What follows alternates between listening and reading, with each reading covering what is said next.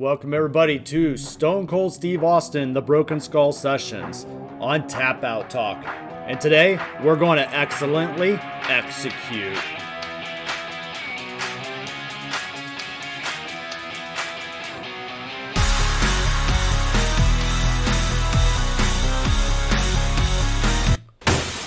And on that note, you know it must be today's episode of the Broken Skull Sessions featured guest, the best there is, the best there was, and the best there ever will be, the one, the only, BRET, the HItman Hart, featured on Stone Cold Steve Austin's podcast.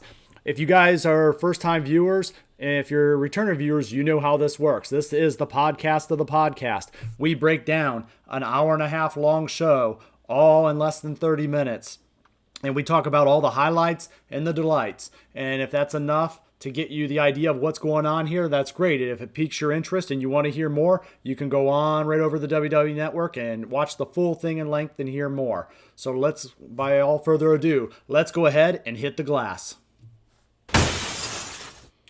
So in the beginning, we get an opening between the two, standard greeting between BRET and Stone Cold. And, I love the fact that Stone Cold on these episodes always has somebody that's tied to his career pretty heavily in his development, and they get to relive some old moments. And that's what we're going to do here in a moment. But they start out, they shake hands, just as most of them do. They make a little small talk. They discuss BRET coming back from vacation, being over in Hawaii. BRET mentioned it rained the entire time and it was completely miserable. And then he says, but it beats the freezing cold of Calgary, Alberta, Canada. Where he's used to growing up. So any kind of warmth is great at this point in life. Austin brings up the fact that they are both two grizzled warriors now. Austin tells BRET that he always looked up to him and that he was a half a generation behind him. Austin then goes on and kind of tells a story of BRET showing up late with a flat tire. And while he was in the main event, Austin went out and fixed his flat tire for him as a respect for the veteran. In the industry. So I thought that was kind of a fun, Austin paying his dues a little bit to some of the main, staff and the main eventers, which you don't hear a lot of those stories, but this does, make no mistake about it, happen in the wrestling industry. You have to do the things for the guys that paved the path for you. And that's just a great example of Austin, showing that he respected BRET. BRET then tells a story of how he pushed for Vince to sign Steve Austin when he went to ECW. He knew Austin was going to be one of the best around, and the WWE always said they wanted new talent, and Austin was sitting right there basically waiting to be scooped up. So he talked to Vince, and he said, hey, Vince, you ought to look at this guy. He's just sitting there waiting to be had, and, he's got some real ability. So, then they brought him up, and as we kind of know, the rest is history, and Austin went on to become one of the greatest of all time in the ring. So from there, they want to get into the main event of the topic. The topic that associates with Bret Hart everywhere he goes, and that is none other than the Montreal Screwjob. So in this, Austin wants to start this session with the Montreal Screwjob, and he wants just to get it out of the way, right? So Austin says that he doesn't remember who he worked with that night, as everything happened just kind of blew him away about the industry. He was in shock, and he says Mick Foley quit over the Montreal Screwjob. He says that the boys in the back were all in disarray, and he says he's never had a chance to talk to BRET about it face-to-face, so he wants to know, kind of what was the real deal and what happened.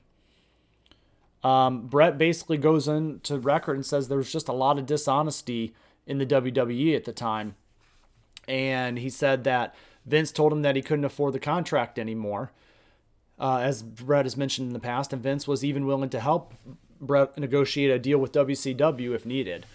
His lawyers then told him not to let Vince do that. BRET says the real story is that they were in San Jose when he found out that he was working the Montreal with none other than the Heartbreak Kid, Shawn Michaels. Shawn thanked BRET for the match that they had that night in San Jose. Shawn was the ref, of course, and BRET told Shawn that he knew they were working in Montreal, and he offered to put Shawn over anytime as a way to broker peace between these two. And Shawn's, BRET looked at it as extending the olive branch, so to speak, because these two have always never got along, really. Shawn looked right at BRET, and he said he appreciated it, but he won't do the same for him. It really rubbed BRET the wrong way, and he, kind of looked like he got slapped in the face a little bit there. The next day, Vince tells him that Shawn is going to win the title, but Bret was told he could leave any way he wanted. So he had creative control over his last 60 days in WWE per his contract. When they kind of talked about it, Austin asked him if it was personal or if he worked himself kind of into a shoot. And he brings up how he refused to put over Brock in any unadvertised match, and it was the wrong way to handle business. And in his head, he worked himself into a shoot, right? So he basically kind of worked himself into a real life situation, which was supposed to be a program. Bret says it was an honor. It was about an honor thing with him. And he laid out to Vince what Shawn said. And Vince then wanted to get Shawn involved so Bret can tell the same story, And then after a few hours, they bring Shawn back, and Vince ignores what Bret said and leads off with, Shawn, we are going to put the belt on you.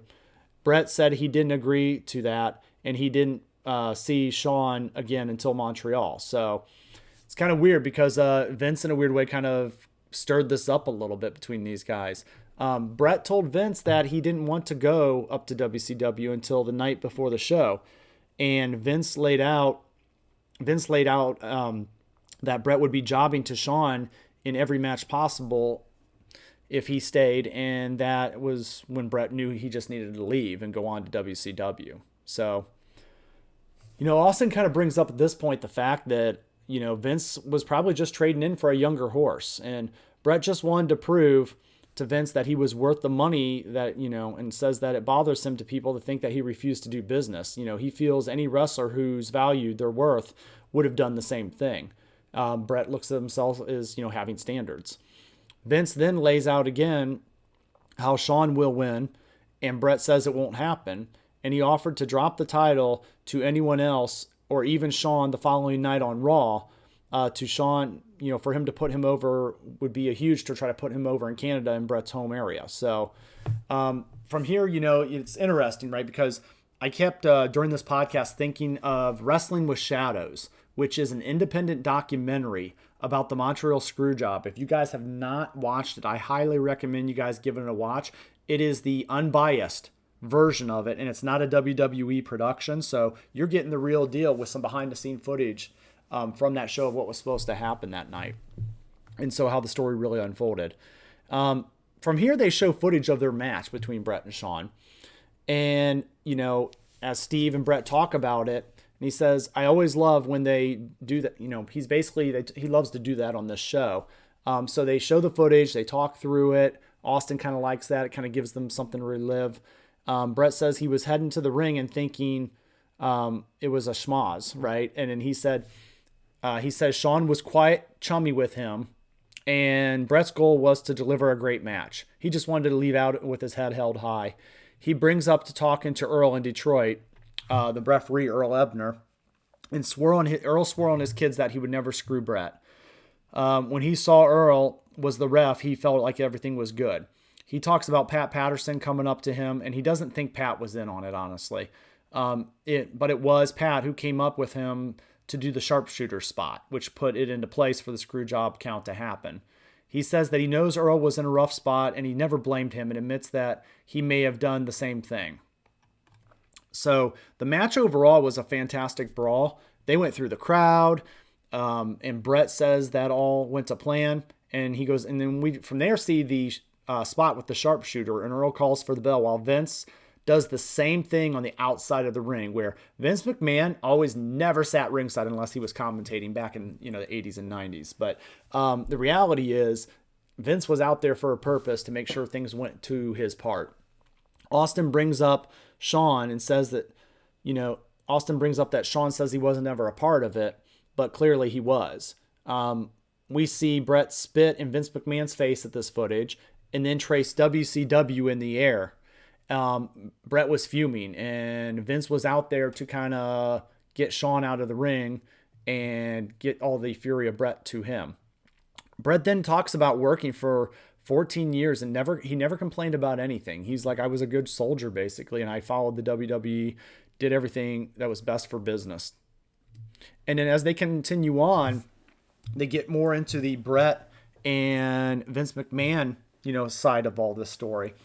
And they get to the dressing room with The Undertaker, Bulldog, Bret, Rick Rude, and Owen Hart. So basically all of the Hart Foundation, their whole family, right, with the Undertaker. Austin says the Taker screamed, "Fuck it," and goes to get Vince to get this settled. He goes, "We're going to get Vince to get this settled," because he was just heated about everything that happened, because Undertaker is kind of that locker room leader. Bret says the Taker kicked over a garbage can and other wrestlers were breaking things in the back. Bret thought it was weird that Shawn was changing in Bret's dressing room, and Shawn swore he wasn't part of it. He thinks Shawn was scared for his life, honestly. Bret says he calmed down and he took a shower, and while they were there, he was told that Vince McMahon was waiting outside. Bret told Rick Rude to tell Vince to leave and that it was over and nothing good would come from it. As Bret came out of the shower in the room, Vince was with Sergeant Slaughter, and also the Undertaker was standing there watching while Shawn was in the corner crying. He said Bret had Rude, Owen, Neidhart, and Bulldog all by his side, so three of his brothers, or his brother and his two brother-in-laws. He had the idea to rush Vince, but knew he was naked and it was probably wouldn't look really good. He mentions to Vince, and he says that this was the first time that he ever had to lie to him, and Bret called him out on that. He knows Taker went and got Vince to settle this thing down. So Undertaker really went and grabbed Vince, from what I heard, by the collar and kind of dragged him into the locker room and said, "You're going to make it right with Bret." And that was, again, him being kind of one of the boys. Bret thinks that Vince just wanted to stand up to him in front of the boys, and that was a mistake. He told Vince that he was going to knock him out if he was there when he still finally got dressed. He tied his shoes, he stood up, they walked towards each other, and they actually tied up almost like in a wrestling type match. Bret was like, "Okay, we're doing this." He gave him all the fair chances, and he was so mad. He talks about how it looked like an episode of Raw where they just jostled each other and with each other in the announcer desk. And he said Bret didn't want it to be like that, but he felt like he had to get a good shot in. He didn't think he could get off with an overhand punch, so he dropped his hand to his shoe and delivered an uppercut. He only hit Vince one time, and it caused him to break a bone in his hand, and it knocked Vince out cold and stunned everyone that was in the room, including Bret. He would have done anything for this man, and now he was laying him out cold on the floor. He says he did kick out the documentary crew for that Walking with Shadows, which happened to be there filming for Bret's behalf. But he hoped that they could get something that would, basically show how groggy Vince was being helped out of the room. From that point, Shawn left the room, according to Bret, with Bret's crew, and he was crying in his hands. Bret walked over to Shawn and thanked him for the match and shook hands. He remembers thinking he should have kicked him in the face, but Austin calls it the manliest thing he could do was to shake his hand. Bret thought it was the right thing to do since Shawn said that he had nothing to do with it. And then Shawn buried him the following night on Monday Night Raw, and he knew he was in on it. So that was also, kind of Shawn doing probably what he was told to really just make a mockery of it. And now that, Bret was gone for good. They showed part of Shawn's promo as he takes credit for sending Bret south with all the other old age dinosaurs. And then Austin then at this point asked Bret, where his relationship is with Vince McMahon now. And Bret says that it's a good relationship. He says he will never get over what happened to him, but part of him forgives Vince because of everything he accomplished in the WWE. But I also know there's a big part of him that will never trust Vince McMahon again. So it's probably as good as it's going to get at this point. Austin brings up that Bret was the first guy to lay a hand on Vince, as we see the episode of Raw where he shoved Vince on his ass after a cage match and goes on a curse-filled tirade. It was a great moment, but I honestly believe Vince took a chair shot during the Flair-Piper fight on Superstars. Bret says that he was told to say whatever he wanted and he could just go off. They were going to bleep anything he said, and it was just for basically the house. He said to get back, and they asked what was he going to be doing, and he reminded them. They told him to do it. They agreed, and that's why he didn't get any trouble for anything, and he tore up the whole set and was yelling and screaming. And in a way, that was getting kind of his frustrations out, which was good for TV, right? Unfortunately, it did turn into a real thing. I was thinking at first when they started out this segment with the Montreal Screwjob on this Broken Skull session, because that's usually a main event topic. But the more I think about it, I like that Austin got this up and kind of out of the way in the beginning, because one, it's a hook, it gets you drawn in, but you really don't want to end a note on a really sad tale that happened in the day wrestling got real. So, Brett's told this story a bunch of times. Everybody asked, but here it was again with just a brief version. From there, we then get into a little bit of the post-Screwjob era with the WCW career of Bret the Hitman Hart. And while it was a shorter career, we move into the WCW, and Austin says, he could tell they had no idea what to do with him. Bret says that Austin told him that before he even went to WCW. And Bret says that he had so much heat coming into the company from beating Steve and Taker and not losing to Shawn while also knocking out Vince. He says he should have done a huge program with Hulk Hogan on day one and had him tapping out to the sharpshooter.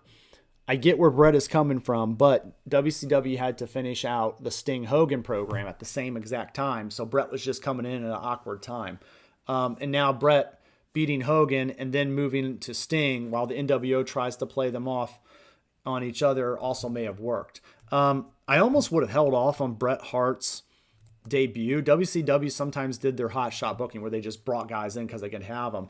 I almost would have finished off the feud with Sting and Hogan that's been built for years, and then I would have got Bret right there in that title chase, or at least that main event with Hogan, and kind of let him go at it. And I think that would have been a great program to watch. So I do agree with these guys in saying that. From there, they kind of transition out pretty quick, and they go over to the next piece, which is Hitman's character. And when I say Hitman's character, I'm saying the Hitman, right? Bret the Hitman Hart character. Austin wants to know the Hitman character and what it's really all about. Bret says he's been the Hitman since he was 4 years old. He became a fan of wrestling that early, and he studied wrestling due to his legendary father, Stu Hart.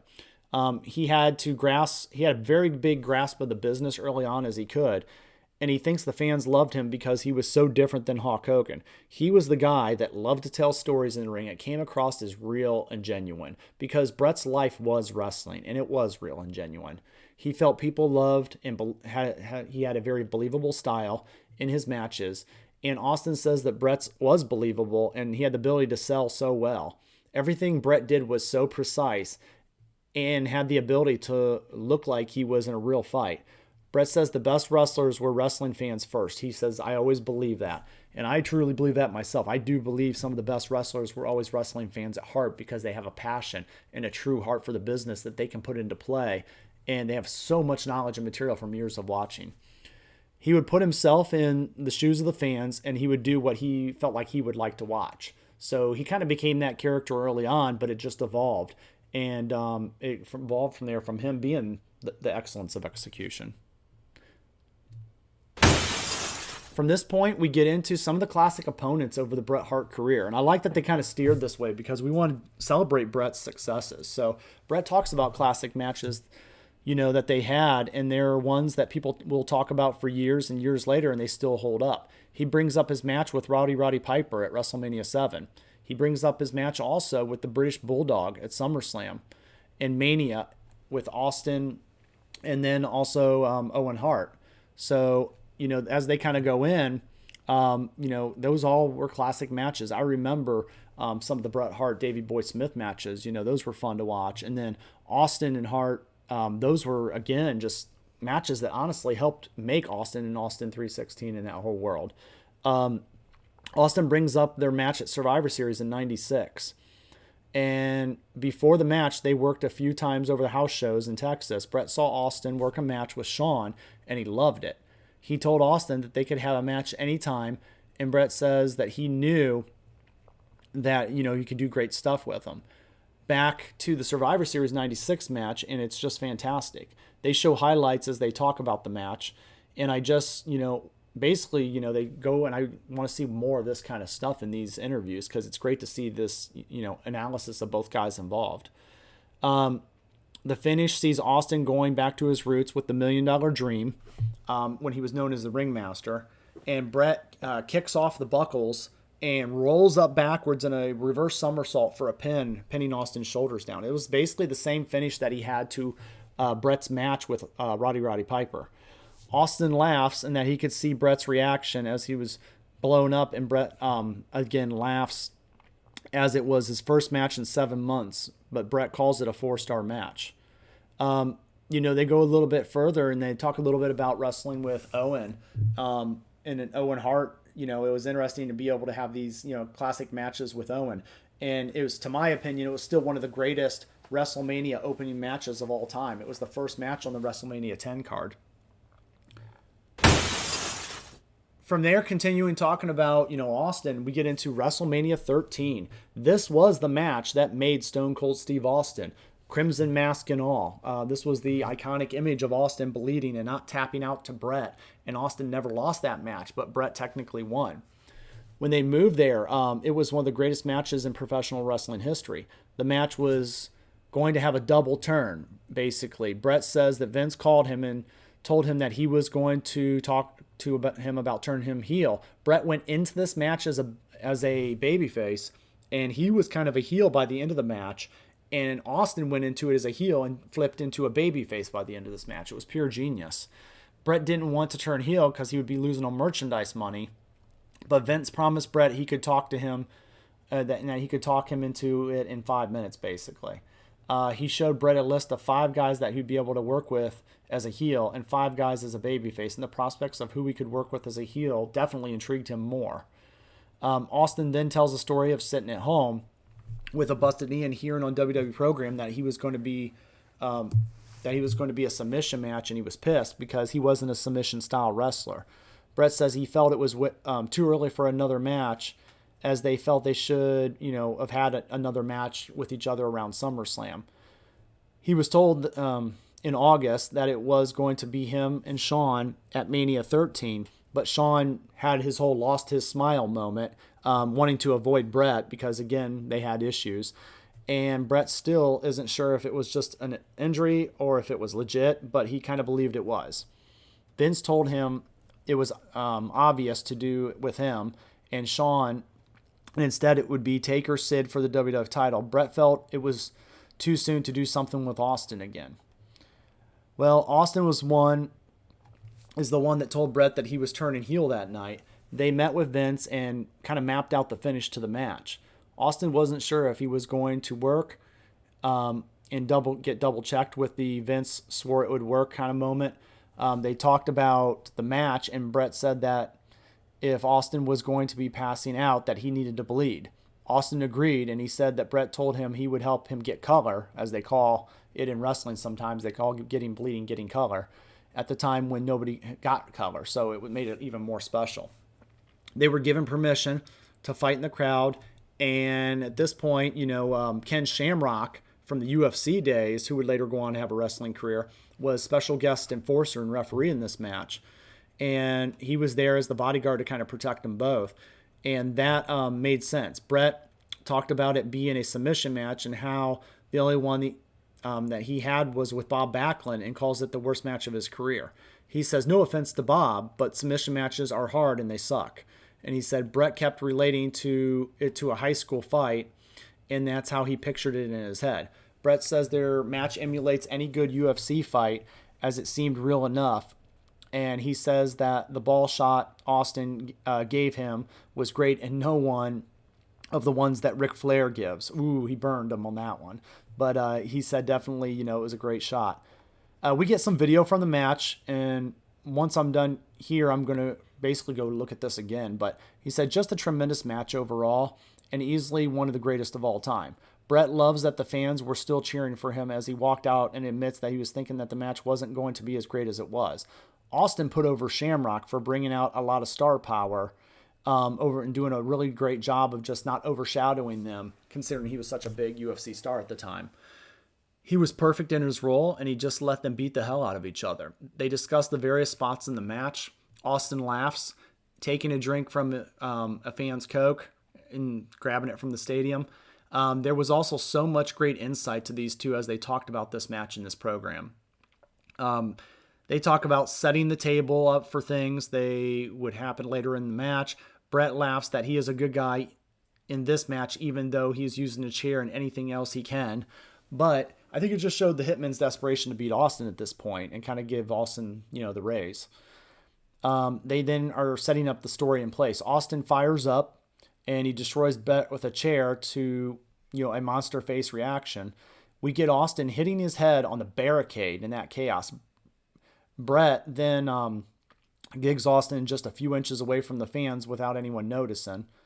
And Austin says he saw blood flowing and he knew it was a gold mine. We see the ball shot from Austin and it was glorious. Austin marks out all over the blood in the canvas and he watches it, which is fantastic. Austin apologizes for some of the snug shots he gave Hitman during the match. And they get into the sharpshooter spot and it was an iconic image of blood pouring out of Austin's head. And it was just amazing. It'll always be burned in the minds of fans. Austin talks about how he had to sell the hold and didn't want to take too long to disrespect Hart's signature hold. Austin says it was an iconic image, and he thanks BRET for that moment. Austin rises up before passing out and concluding that amazing piece of business. BRET cements his heel turn by attacking Austin after the match and forcing Shamrock to pull him off. BRET then backs away from Shamrock to show that he was not now a coward. BRET says in his mind in all this, it was give Austin what he deserved after what he did to him for the last 4 months.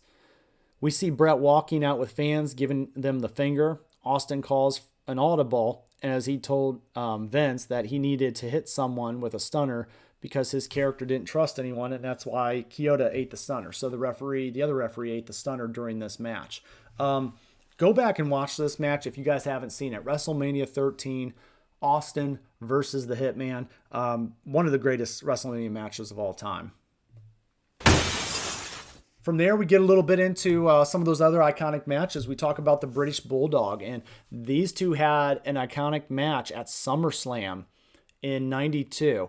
They talk about losing a match and having it make your career. This match, BRET did lose in the main event of Wembley Stadium to the British Bulldog, and it wasn't even for the title. The Bulldog was the Intercontinental title at that time, or excuse me, BRET was. And then BRET feels like he made losing the match with SummerSlam with the Bulldog. Austin says that he lost both those matches and BRET still got over. He said he was so satisfied laying there in that blood, knowing that they accomplished their goal. BRET calls the match perfect and says it was one of the easiest matches he ever had. He felt great the next morning. They discussed they never had issues with each other and always had to have a trust with each other in the match. Austin mentions that he never won a match against BRET, but he isn't mad as it helped make his career. They also get into a little bit of talk with Owen. So Austin brings up the Owen match that they had at SummerSlam again. And it's the steel cage match in '97. Austin says that they were having a great match, and when he gets dropped on his head due to a slight miscalculation, Austin wasn't scared and was trying to stay calm. He knew he wasn't going to lose the stipulation that he had to kiss Owen's ass.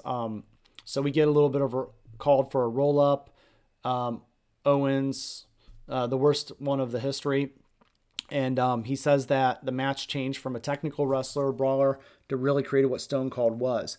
BRET then talks about Owen backing off and giving Austin time to figure things out. And BRET says what you should do in that situation.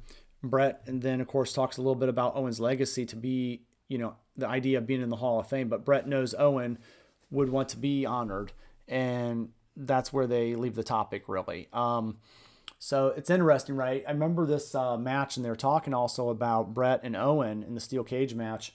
And I remember when he took a suplex with Owen off the top of the steel cage, and I remember BRET saying he felt the need to protect his brother from the fall. And ironically, of course, his career in life ended tragically from a fall in a wrestling ring. But he said he felt the need to really protect his brother. And, he did everything, and that's, was the only thing on his mind when he was dropping. It wasn't even his own, health. BRET prides himself, if you guys don't know, BRET prides himself on never, ever injuring another wrestler in his entire career. So that's huge for BRET, and that's something he's very proud of in his career. He's like, I've never injured anybody in all my years of working. Austin, he brings up a 10-man tag match at Spring Stampede. And the heat that they got for that match. Owen wins the match for his team with a roll-up of Austin. What's sad is that Bret is the only one from his team that's actually still alive today, and that is just tragic. Bret talks about the moment that they won the title at WrestleMania 10, and he was carried around in the ring, and he thanked Vince for giving him those moments, and he loves the matches that he did in the 90s, and he thinks the matches in the 90s are better than any other period. We get into the legacy of Bret Hart. The best there is, the best there was, and the best there ever will be. And I feel like that's how Bret valued his career and wanted to see his career. Bret says that he wants to be remembered for being that. He never injured anyone, but at the same time, he could be stiff enough to make things believable. He was taught by guys in Japan how to execute without hurting anybody. He was taught to be a total pro, and he would hurt himself before he got another person hurt. At this point, you could tell it kind of bothered Bret that his career was ended by an injury. He goes off a little bit on Bill Goldberg and is annoyed that he's in the Hall of Fame because he hurt everyone he worked with. He calls him unprofessional, dangerous, and a gorilla to work with. He talks about how banged up Hennig was doing matches with Goldberg. Bret told Goldberg before Starrcade match that to not go crazy and not hurt him. And then they show the kick that basically ended Bret's career. And Austin says that it was hard to watch, that he knows Bret is proud that he never hurt anybody. And Austin knows, he can't say the same. So it's a shame because, this point in time in this match, I remember this ended Bret's career, and Bret kind of did a spiral from there. And then also during that point after that, Owen soon passed.